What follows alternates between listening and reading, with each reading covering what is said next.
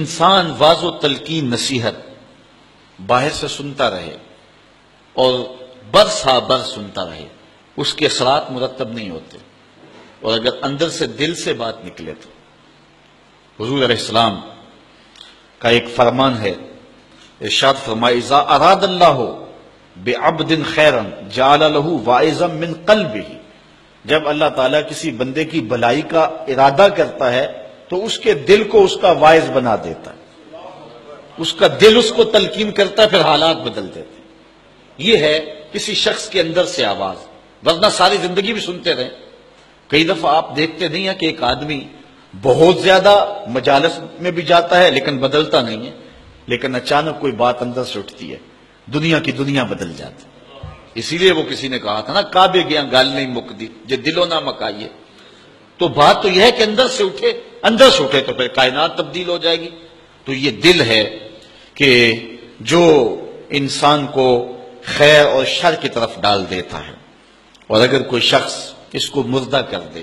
اور اس کو برباد کر دے، اس کی بربادی کیسے ہے؟ عدم ذکر اور گناہوں کی کثرت۔ حضرت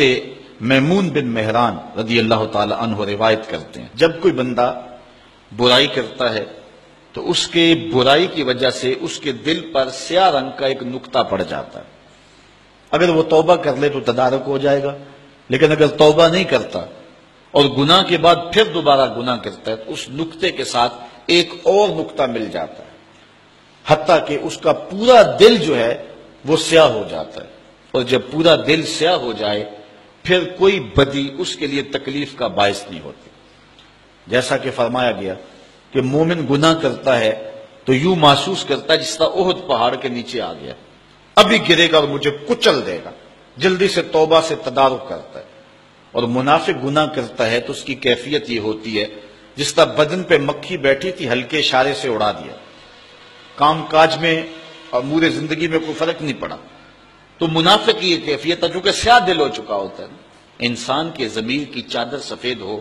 تو ایک گناہ بھی دل کے اوپر دھبا ڈالتا ہے تو اس کو بے چین کر دیتا ہے، لیکن جب دل کالا ہو جاتا ہے تو پھر اس کے بعد اس کے لیے نیا گناہ کسی پریشانی کا سبب نہیں ہوتا۔ اس لیے میاں محمد بخش عارف کھڑی رومی کشمیر نے کیا خوبصورت بات کہی۔ اس نے کہا، او انسان، جب تو دنیا پہ آیا تھا تیرے ضمیر کی چادر پہ کوئی داغ نہیں تھا، تیرا دل ستھرا تھا، تو نے خود برباد کر لیا۔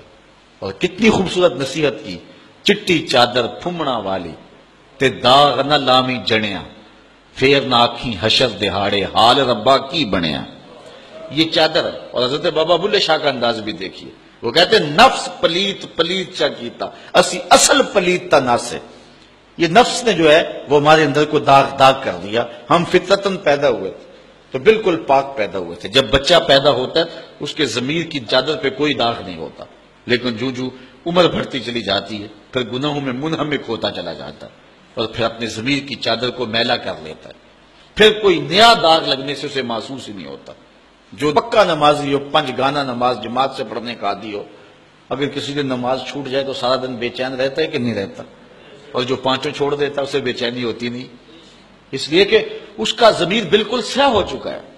اسی طرح جو کوئی شخص کسی انسان کو قتل کر دے، کتنا سخت دل ہی کیوں نہ ہو، اسے رات کو نیند نہیں آتی، قاتل بے چین رہتا ہے مقتول کے قتل کے بعد، لیکن جو عادی قاتل ہو جاتے ہیں وہ انسان کو قتل کرنے کے بعد یوں ہوتا ہے جس طرح ایک مکھی مار دی ہے، اس لیے کہ دل سیاہ ہو چکا ہے، اب ان کے لیے جو ہے وہ پریشانی کا سبب بھی نہیں ہے۔ تو حضور علیہ السلام نے ارشاد فرمایا، حضرت میمون بن مہران روایت کرتے ہیں، جب کوئی شخص گناہ کرتا ہے تو دل کے اوپر ایک سیاہ رنگ کا نقطہ پڑ جاتا ہے، اگر وہ اس کی اصلاح کر لے، اس کو دھو لے، دل کو ستھرا کر لے تو دل پھر مزکا ہو جائے گا، اگر نہیں کرتا اصلاح تو پھر دوسرا نقطہ، پھر تیسرا نقطہ، حتیٰ کہ وہ پورے جسم کو اور پورے دل کو گھیر لیتا ہے اور پھر اس کے لیے کوئی مسئلہ نہیں ہوتا۔